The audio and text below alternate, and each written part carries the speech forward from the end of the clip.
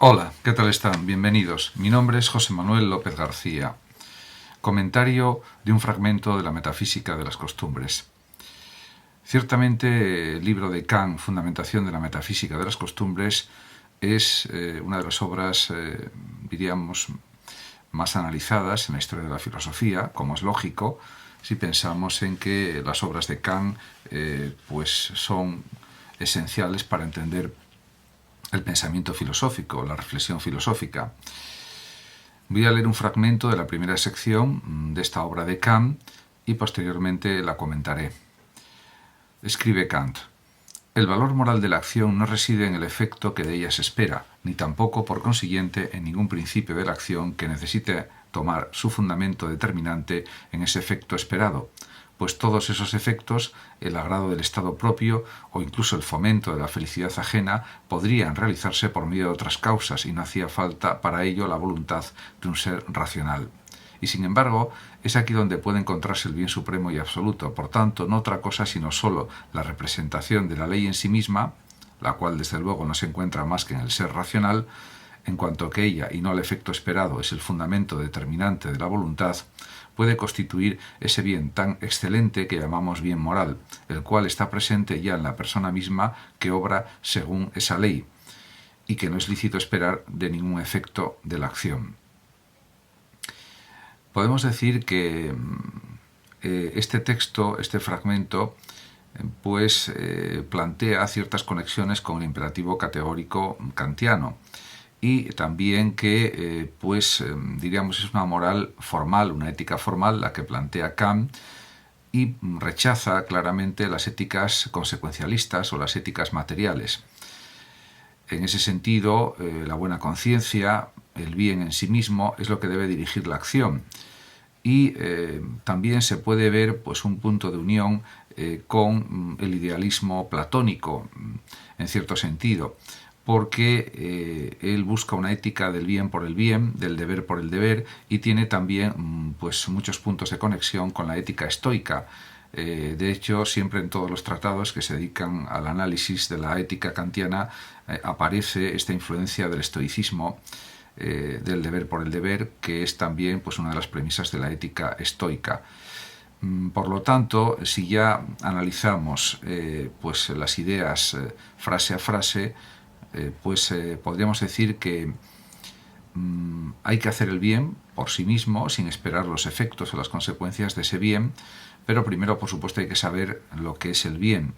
en sí mismo, la bondad en sí misma. Y eso es algo que pues muchas personas no lo consideran o no lo tienen en cuenta. Por eso él critica duramente todas las éticas materialistas, como por ejemplo la ética hedonista o la ética epicúrea, e incluso pues también no está de acuerdo con el utilitarismo, por ejemplo, o corrientes filosóficas o éticas parecidas al utilitarismo, especialmente a finales del siglo XVIII, pues ya estaba empezando a surgir, o las éticas basadas en el sensismo o en el materialismo también de finales del siglo XVIII o mediados del siglo de la Ilustración. En todo caso, también analiza Kant que los efectos de las acciones tienen que fundamentarse en el bien mismo y no solamente pensar en las consecuencias positivas de la realidad, en el sentido de que las personas están integradas en conjuntos sociales de personas y puede haber efectos positivos en la relación entre las personas simplemente por la convivencia, pero diríamos que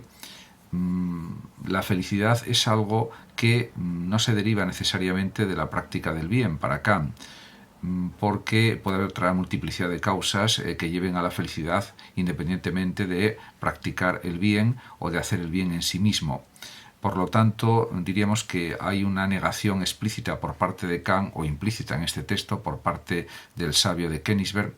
en el sentido de que no podemos pretender buscar los efectos de las acciones, sino realizar las acciones porque son lo mejor en sí mismo, lo perfecto en nuestro comportamiento. Y diríamos por eso, desde la perspectiva kantiana, hay que decir siempre la verdad, hay que ser siempre buenos, porque independientemente de las consecuencias que haya después de esa acción de bondad,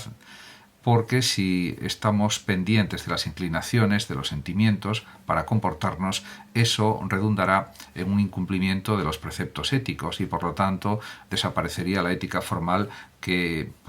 elaboró el propio Kant. En este sentido, el imperativo categórico no admite ninguna excepción en los comportamientos. Eso sí, Kant no plantea cómo tiene que ser el comportamiento concreto de cada persona, siempre que cumpla con sus deberes, con sus obligaciones y, por supuesto, también exija sus derechos, como es lógico. Podemos decir también que la ética de Kant es una ética racional, no es una ética del sentimiento o emotivista como la de Hume. Por cierto, Kant, por supuesto, leyó las obras de Hume, también, y no estaba de acuerdo con el emotivismo de Hume, tampoco estaba de acuerdo con, diríamos, la teoría de la causa de Hume. Basar la causa, por ejemplo, en la costumbre o en el hábito, para Kant es insuficiente, ya que la causa es una de las categorías del entendimiento. Pero, aparte de estas discrepancias, por supuesto, el estilo filosófico de Hume, por supuesto, le convencía, porque de hecho fue Hume el que sacó a Kant, como se sabe, del sueño dogmático y le hizo despertar de ese sueño y se dio cuenta de que en el conocimiento y también en otros aspectos de su filosofía, de su criticismo trascendental o su trascendentalismo filosófico o de su idealismo trascendental, dicho de otra manera, pues había que contar con la experiencia y con la razón. En cualquier caso, en el ámbito de la ética, Kant establece muy claramente que la ética debe ser de razón, basarse en la razón y no en las emociones o en el sentimiento o en las pasiones. Porque si la ética se basa en los sentimientos, pues hay muy diversos sentimientos en las personas y por lo tanto no habría una pauta común para todos los individuos a la hora de comportarse y la vida social sería un auténtico caos. Incluso Kant era consciente de que en su época, en el siglo XVIII, en la época de la Ilustración, del atrévete a pensar por ti mismo, que también formuló el mismo Kant, como se sabe, ya había ciertos problemas sociales, especialmente en Francia, que luego desembocaron en la Revolución Francesa, que por cierto fue saludada con alegría por Kant, porque el lema de la Revolución Francesa concuerda muy bien con su ética formal, que es libertad, igualdad y fraternidad. Y esos son principios éticos de primer orden, de primera magnitud, con los que estaba perfectamente de acuerdo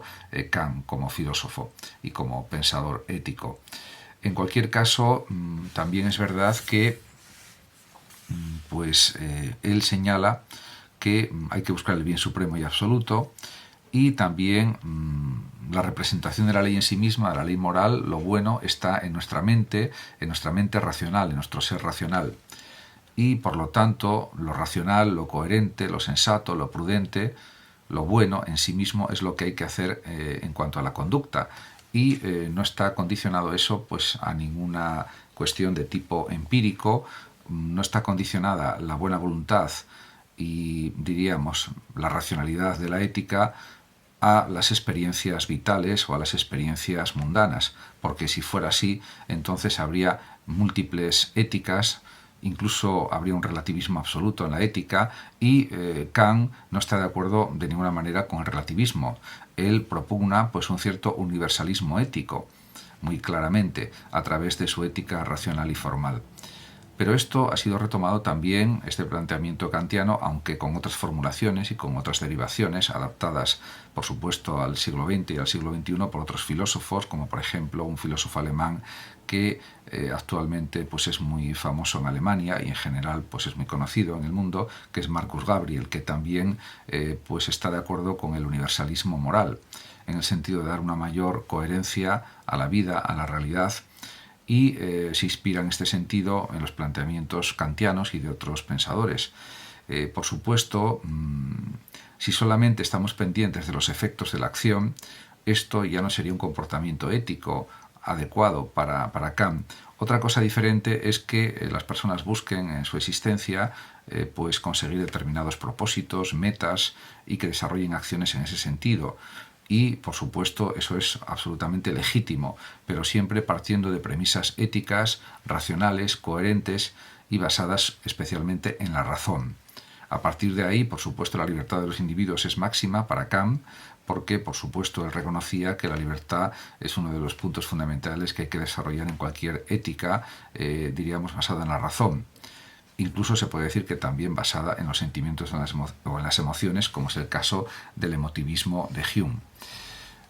Y también, en cierto sentido, del utilitarismo ético también y de otras corrientes éticas que fueron surgiendo en la historia de la filosofía a lo largo de los siglos. Por ejemplo, en el caso del estoicismo, el epicureísmo, etc. Podemos, por tanto, considerar que esta metafísica de las costumbres, que es como una metafísica de la ética, podríamos decir, o de la moral, está muy bien argumentada por Kant. A veces se ha criticado a Kant que es demasiado riguroso en algunas cuestiones, pero independientemente de esa cuestión concreta, el fondo del tema, el fondo de la cuestión creo que está muy claro y es muy evidente, y es que no puede haber una gran cantidad de éticas diferentes, una ética diferente para cada sujeto, porque entonces no habría forma de convivencia social, una forma correcta de convivir socialmente. Y esto es lo que, pues según Kant, no puede ser. Incluso con unos planteamientos éticos que también sirven de base al derecho, puede haber problemas en la sociedad, y los hay de hecho, pues si esto no fuera de esta manera, diríamos que la convivencia se complejizaría muchísimo más. Muchas gracias a todos por su atención. Saludos como siempre a los oyentes de Radio Sofando de México. Y por último decir que el que lo desee puede compartir este vídeo en sus redes sociales, darle like o suscribirse a mi canal de YouTube. Hasta siempre.